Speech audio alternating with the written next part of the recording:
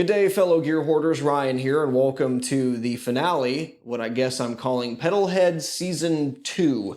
If you've been around the channel the past few months, you'll probably recognize a lot of these pedals on display because on about a once-a-month basis for a while now, I've been taking a deep dive into different circuits that I find particularly interesting or ones that kind of laid some important groundwork in drive pedal design or maybe even revolutionized the hard rock and heavy metal genres. As some of these have. So before we move on to different kinds of circuits and pedals and tones, I kind of wanted to put an end cap on this and wrap this up with a mostly comprehensive shootout, at least in the way that I care about it. Obviously, I can't showcase all the tones that are available in these pedals, but hopefully this will give a good idea of where, different pedals overlap and the things that certain models do that are, kind of completely their own thing.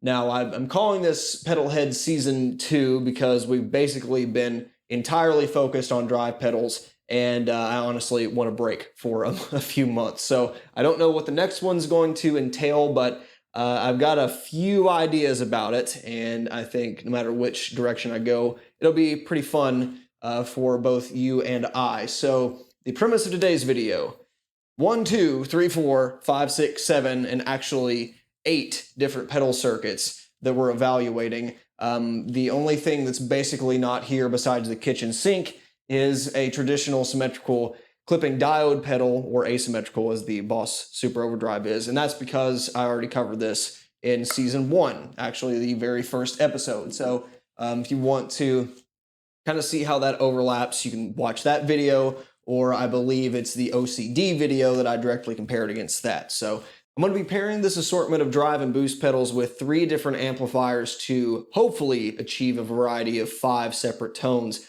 The first will be sort of a harmonically rich, barely over clean kind of sound, not quite edge of breakup, but not pristine either. The second will be full-blown distortion, high-gain amp sound in a box with the same clean channel to kind of evaluate just how much gain and dirt is available and how they each kind of differ from one another in terms of tone and character. Test number 3 involves a cascading gain stage kind of setup where we dial in a semi-crunchy amplifier and then let the pedals do the rest of the work to saturate that amp into hard rock territory. Number 4 will be using a American voiced scooped amp and just using these as mostly clean boosts. And then number 5 will be full on sludge. How much distortion can we push into an already crunchy amplifier? So if none of those tests are of particular interest to you, then there you go. Hopefully I just saved you like the next 40 minutes or whatever this video is going to turn out to be. It's going to be a long one. As always, all the sound bites you hear in this video will have been reamped through the same process, through all these pedals into an amplifier whose settings do not change within the individual tests we're evaluating. And of course, you'll see all the pedal settings on screen. They'll be going through the same cabinet impulse response, and on a couple of these, I'll add some reverb in post just because it sounds weird without it. But otherwise, you'll be able to perfectly decipher, what's the cab sound doing, what's the amplifier doing, and therefore what are these pedals doing. Now, there's one problem with this testing methodology, and that has to do with impedance. You see, something like this treble booster, and even to a certain extent, older revisions of the OCD can be quite sensitive to input impedance, meaning that if you plug your guitar straight in, you're going to get a very different phenomenon, both in terms of tone and volume roll-off behavior, than if you stick a buffer in front of it. And when you reamp, you're essentially buffering as well. So there was really a damned if you do, damned if you don't situation here where I either record these separately and kind of give you the intended sound, or I give you the sound that, you get when you put in the same audio loop. So I chose to do that because the individual videos I made on those pedals kind of go in depth on that phenomenon. But honestly, I would recommend 9 times out of 10, if not 99 times out of 100, to start a pedal board with a buffered signal and end the pedal board with a buffered signal. So this will kind of go to show how these play with that kind of setup. The OCD, to a lesser extent, I really don't hear a difference. It's this where things become really important. So with that, let's take a look at some of our candidates today. We'll be starting off, basically, I'm going to go through what I would consider the least to most modern designs, even if they didn't necessarily come out in that order. Starting with a Dallas Rangemaster treble booster modded circuit. This is one that was made by a seller on Reverb, and it's basically it's that sound. You know, the only difference is that there's a treble roll off, or bass roll off actually, switch that you can change the high pass filter for. So this is like your full range option, and this is, you know, your more traditional treble boosted sound, which as I showed in this video, you don't really want for most things, which is why most people modded theirs back in the 60s and 70s. Again, because of the reamping issue, you're going to be seeing it in the full range position for the most part, but don't underestimate this thing even when used with suboptimal conditions. After that, we have the Mosky Black Rat Distortion, which is a miniaturized clone of the Proco Rat circuit. I'm going to be sticking this in the vintage mode, so this will sound more like the vintage circuit instead of turbo, which is a little bit more compressed, as if you could get more compressed with this.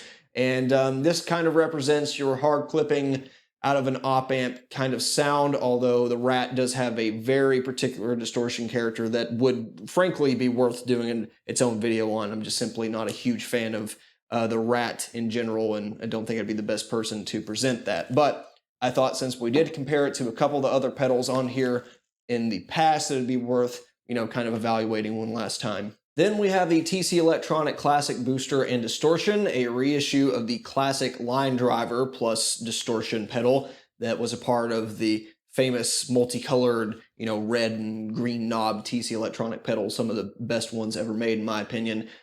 So this is, for all intents and purposes, identical in terms of the circuit design.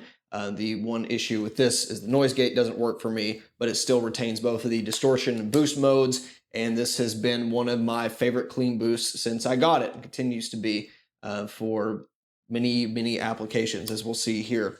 Up next is the Cherrytone Horsebreaker, which, like I alluded to earlier, this will actually be treated as two separate pedals because there's a KLON side on the horse half there, and then there's a Bluesbreaker side, which share a lot of similarities, as you'll see, both in terms of tone and design, but where the breaker may be a little more reserved and classic blues drive, the KLON turns it up to 11 in both gain and output. And so I thought, since most people are going to be looking at the circuit separately, I will as well. Following in those transparent drive footsteps, we have the full tone OCD version 1.7. So this is going to sound a little bit different from the version 2s that you might find on the market new today. For me, I slightly prefer the sound of this one in the demos I've heard, but I really love the germanium ones as well.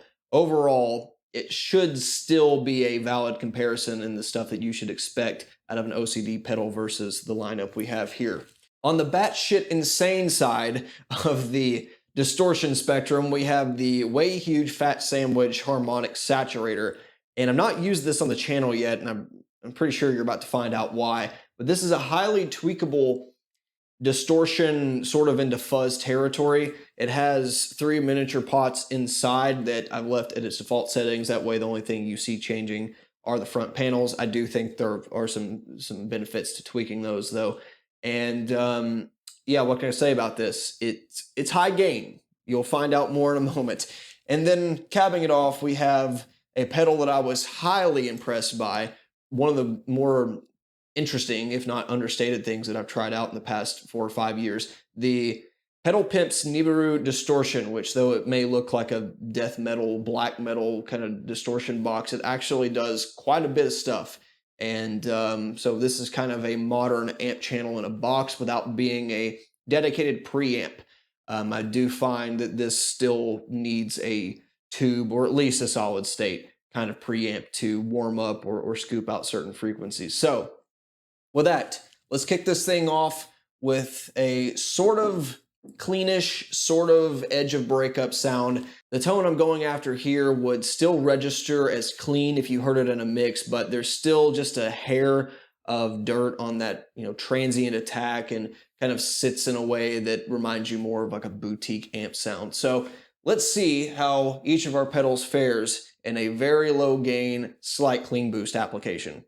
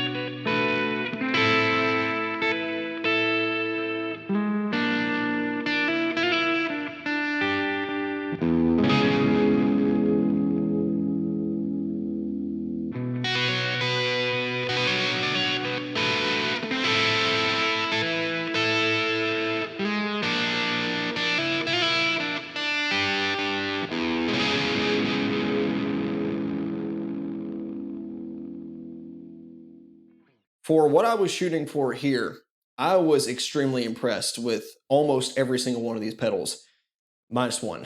Some of these I had no expectations going into, but you know, something like the Proco Rat Circuit, even though most people think of it as a monstrous high gain pedal, you turn down the drive low enough and you know the compression and high end bite kind of work in its favor. It's just in very low amounts and it sort of blooms and builds into the amp character. Worked like a champ. Something like the OCD, a little fuller on the bottom end, kind of what I was shooting for. The Blues Breaker, pretty much the same kind of sound, maybe not quite as full, but for a vintage pushing American amp into, you know, maybe low gain Vox or Blues Breaker territory, as it's named, pretty damn good. Something like the treble booster is a little thin for my liking, but this is not how I would use this pedal, and it really shines with volume roll off and those sort of techniques that play into the impedance stuff. So even at its faulty setup here, it still sounded quite good. The TC, a little thin for me in its standard boost, but you know, you change a couple of amp settings and you let the input get a little overdriven, then you can get some natural tube distortion that way. The only thing I absolutely hated was the fat sandwich, because this is not the application this pedal was made for. Obviously, it's called harmonic saturator. I think a couple of the potentiometers inside could lower that distortion floor a little bit, but even then, you know, if you're looking at something that's specifically advertised as a distortion pedal, this is kind of the thing that you should probably expect. Now, you're going to have a few standouts, you know, something like the Proco Rat, something like even some of the MXR Distortion Plus mods can do these sort of sounds. But, you know, this is kind of almost a synth distortion in a box. It's not meant for this kind of high dynamic, clean playing. So you can't really fault it. So for the next demonstration, let's go to the complete opposite side of the spectrum and turn it all up to 11, or damn near it, and see what kind of amp in a box sound we can get with these pedals to transform an otherwise clean amplifier into something that sounds more like a high gain, hard rock, and almost heavy metal kind of sound.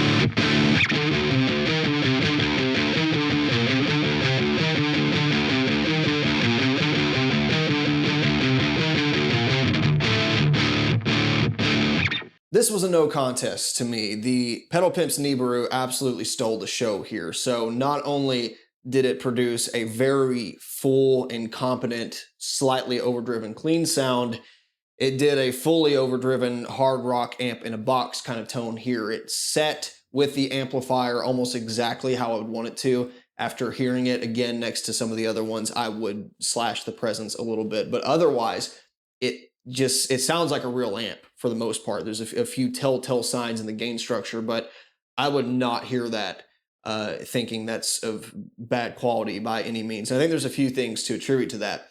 So in the previous settings, you know, crunch, low gain, kind of set it up basically like a glorified tube screamer. It worked out fine, but with this, we can really take advantage of these lead modes, the type mode, which does both, you know, pre and post filtering in terms of gain and EQ, and it's got a full tone stack. So, you know, bass, treble, contour, basically reverse mids, presence, which helps to really tame or accentuate that high end.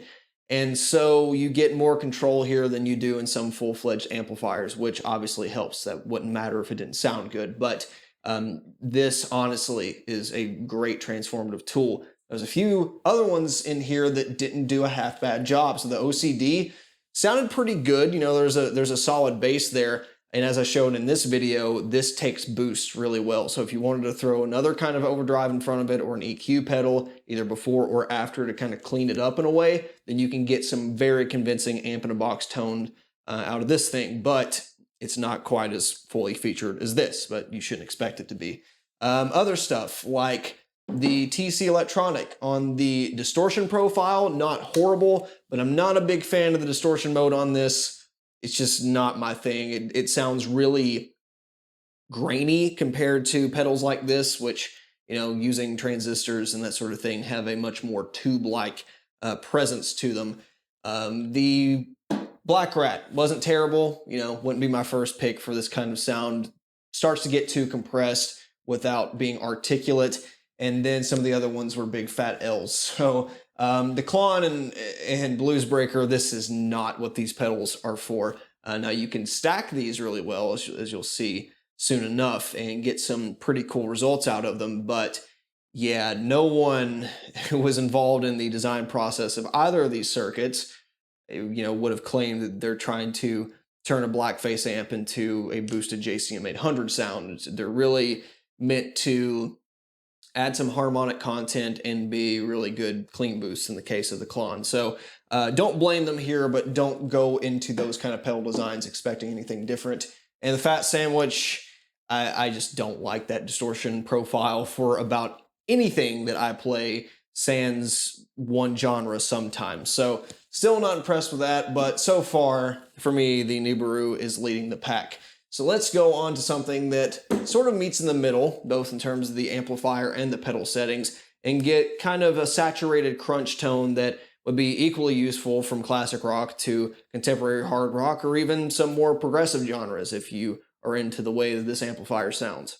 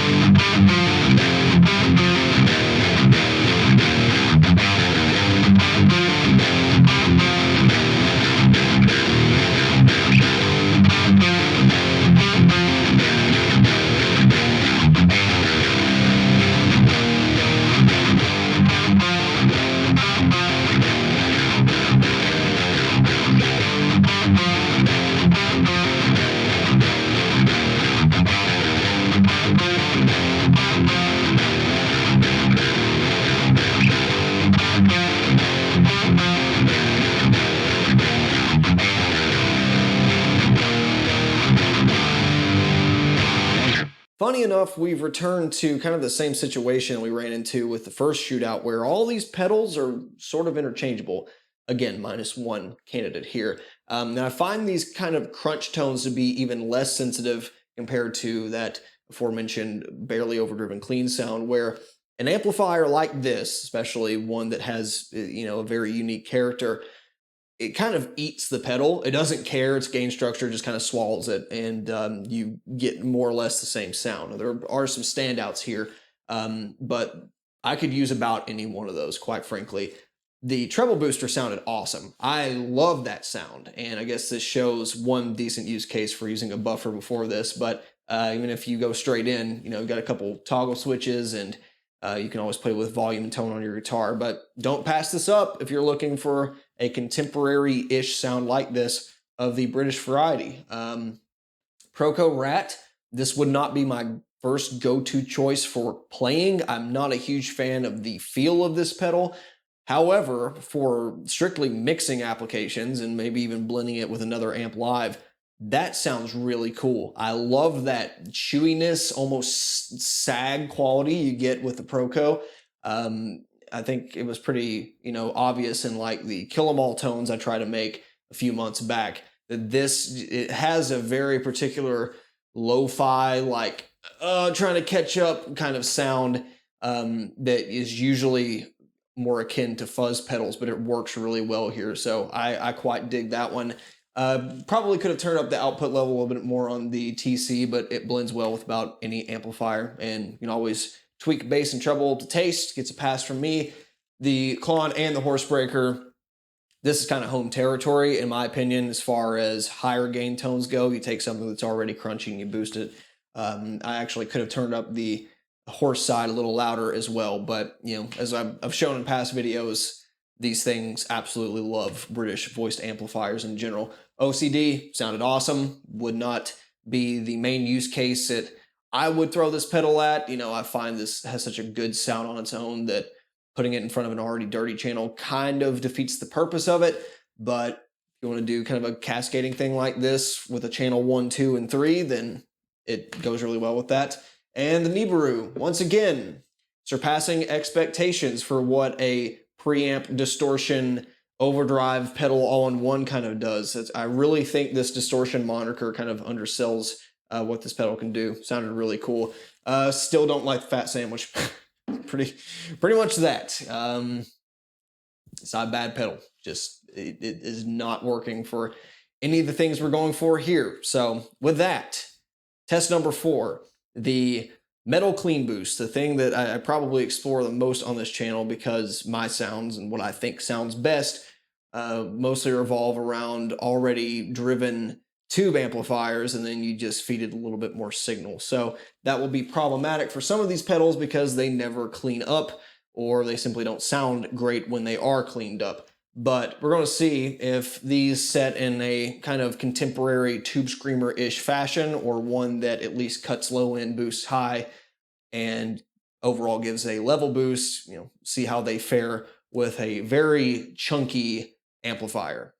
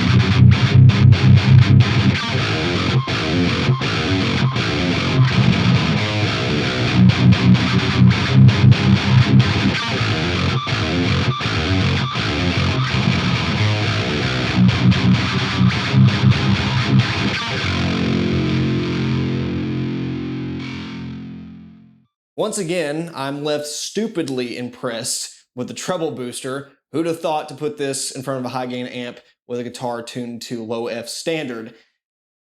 What more can be said about it? It actually worked really well. So again, maybe the modded treble booster sound is more versatile than you might think. The Rat wasn't perfect, but again, more capable than I had initially imagined. If it had a little bit more bass roll off, I think it'd be perfectly suitable. This is probably my favorite. It's my favorite application for this pedal, is boosting high gain stuff, because you do have bass and treble tweaks, and it doesn't sound like most other pedals. It just kind of sounds like a very high quality parametric EQ, which is most time all you need. And it does have a little bit of dirt in the output section, which does help here. The KLON was another one that I'd absolutely be fine with using, especially on like more traditional 7-string or 6-string tunings. I find it to be a wonderful pairing with rectifier kind of amps. So those two definitely great. Bluesbreaker wasn't awful, just needs a more refined tone and output section for me to really sit the same way I need it to, but it's not what it's meant for, so can't complain too much. The OCD, again, not quite focused enough for this, but it's not what it's meant to do. Fast Sandwich didn't suck so bad here, not my first pick by any stretch of the imagination. There's still like a fat, flubby low end that, yeah, you want to get rid of that for this kind of application, but again, goes to show that with higher gain amplifiers that have a very baked in character, these differences start to disappear. And shouldn't be a surprise at this point, this thing continues to sound really cool. With bass roll off and emphasize some of the high end, it pretty much keeps up. The only thing I don't like is when you minimize gain completely, then you lose all signal. So you always have a little bit of crunch, but it's the way it's designed. It's the same way an amplifier would work. So no huge deal there. But overall, this one's fairly lenient, but it's those 5% differences that I really care about because I'm very picky when it comes to high gain tones like this. So let's round it out with full-blown.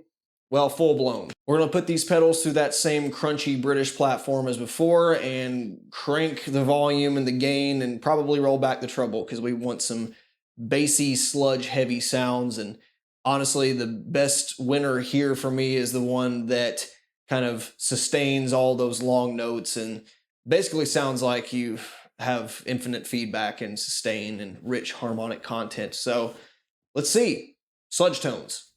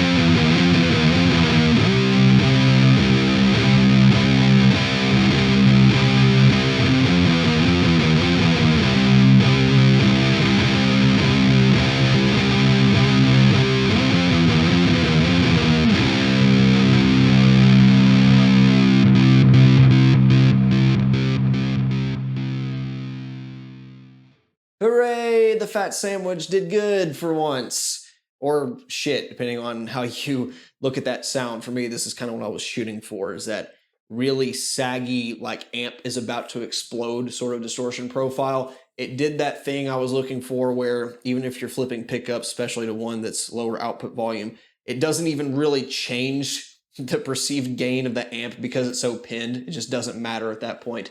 So there's a few things that I probably would have tweaked under the hood here to perfect, but yeah, I could play that for like stoner doom kind of stuff. The Niebuhr did great. Again, shouldn't be surprising. The gain structure for me is a little too vintage, or it's too nice sounding for this kind of stuff, but you can fake it a little bit with tweaking all the EQ controls. But this is not where this thing excels. This is an amp in the box, but it's a cool character nonetheless if you want something super saturated. The OCD didn't have too bad of a time with so much drive and volume on tap, but again, with all of these transparent overdrives here, they sound too vintage and British voice to really to do this. If I'm going for this kind of sound, I want something that is either a full-blown fuzz or resembles a fuzz or has a shit ton of distortion on tap that kind of has that not so nice flavor. And so, yeah, these just, I don't know, they sound like you just turn up the gain more on the amplifier, and that's not that sound I'm shooting for. Now, if we'd done that and maybe put these in front, then, might have been able to make up for some of that ground, but the texture is still not right to my ears. The TC gets a lot closer, kind of has an op-amp distortion kind of thing. The big issue with me is that the distortion mode loses all kinds of output levels. So I think it needs either an external pedal to boost the output, or it'd been nice if they could have modded this to, kind of make up for that when you switch into distortion mode. So what happens when you clip a signal off, like you lose 20% of the volume at least. So it's in the right direction, but it just needs some help. If we had turned up the amp gain, then we might be able to make up for that. The Rat sounds super cool. I could stand more output volume, and that's where something like the turbo mode would come in handy. There's a bunch of like, 2-in-1 Rat pedals and stuff. There's a reason you see it in this kind of use case a lot. It really does work for that, and has a very particular flavor of that amp is about to explode sound. And it, in this case for me, I think it feels pretty cool to play as well. And the treble booster, yeah, that's not what I was, expecting out of it anyway. This could be cool boosting a fuzz. I've heard very neat sounds with that.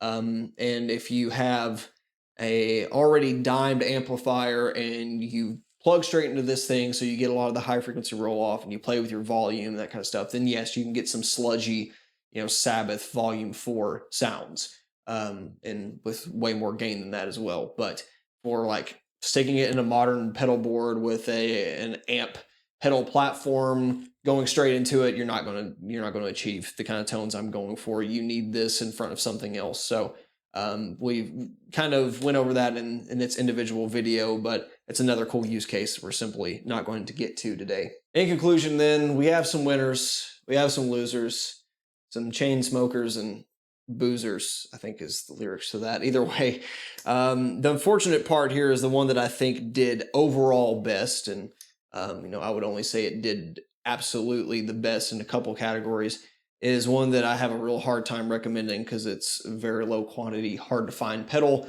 from overseas, if you're watching in America at least, but very cool one. So at the very least, I could recommend that if you're looking for, this kind of flexibility and you want one pedal to do it all, then kind of an amp in a box sound is a very good way to go, especially one that has so many tweakable options like this.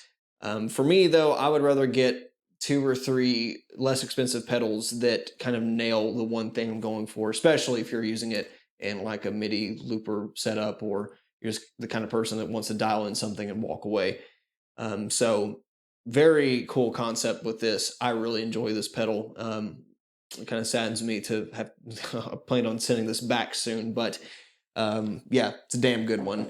The Fat Sandwich, yeah, no. For the sludge stuff, it's cool, but does not justify that pedal in any other use case for me. It's very specialized, which is good. You know, I think that's cool that there's a design that is that catered towards a specific play style. But for the tones that we cover on this channel, 90% of the time, 99% of the time, that's a pass for me. The OCD did very well. Again, just like in the video that I covered on this, I would recommend for this to be like your mid-gain, or pushing a clean edge of breakup amp into that mid gain, and then you can use this as a almost preamp channel. It does play well with boost being before it and even after it in some cases. But yeah, this is more of like a blank slate kind of pedal, as I expanded upon there. And I think it's kind of a waste to use it in a really low gain application because you don't hear some of the magic that happens in this drive section. But use it how you wish. It can do a whole lot of sounds. The Horsebreaker, it's a really cool pedal. As I said in the review for this, I would only recommend the Horsebreaker as it is, you know, in both of these in one box to very specific use cases. But a KLON is a cool circuit to have. Love it or hate it. It is different. And the Bluesbreaker for an always-on, you know, kind of use case number one sound, very good option. There's a ton of revisions out there nowadays. So I think it is very well worth having one or the other. If you already have an OCD, maybe not. But for like baby's first drive pedal that isn't a tube screamer, one of these is a really good option and excels in a lot of areas. This thing, unfortunately, is too rare to recommend to anyone, but it's a damn fine pedal, especially the old one. TC reissue the reissue, please. It's super cool. Then we have the Rat, of course, which you can find practically anywhere, and you know, whatever price you want to pay. There's probably a clone of it, as you can see in this super small Moore size package here, and kind of hard to screw these things up. They mostly sound like a Rat. So if you're halfway interested at all, you can find a used one for like 60 bucks. Rat 2, that is. The big box and original ones are going to cost you a lot. But plenty of derivatives of this thing. So if you liked the 2 or 3 use cases that I really liked, could be worth checking out. And a treble booster. I think most people need a treble booster if you're playing any sort of vintage styled guitar. It's a fun one. It just doesn't, you know, in this use case, I think excel in any one particular thing, but it does pretty well when you use it with a buffered system. It's completely different when you plug straight through it. So be sure to watch the full video on that if you want more information. So I would say that pretty much wraps up everything to do with drive pedals for the foreseeable future. I love distortion. I love this kind of stuff in general. That's why I mostly focus on amp sims and cabinets and that kind of stuff. You know, that dry guitar tone is a majority of what I play. So with that said, hopefully the next season of Pedalhead that starts up in 2 or 3 months from now, presumably, if things go as scheduled, we'll deal with some different effects and things that I've been wanting to take a look at. So for that, hopefully you enjoyed it. Any other questions or comments, please leave them down below, and thank you so much for watching. See you next time. Bye.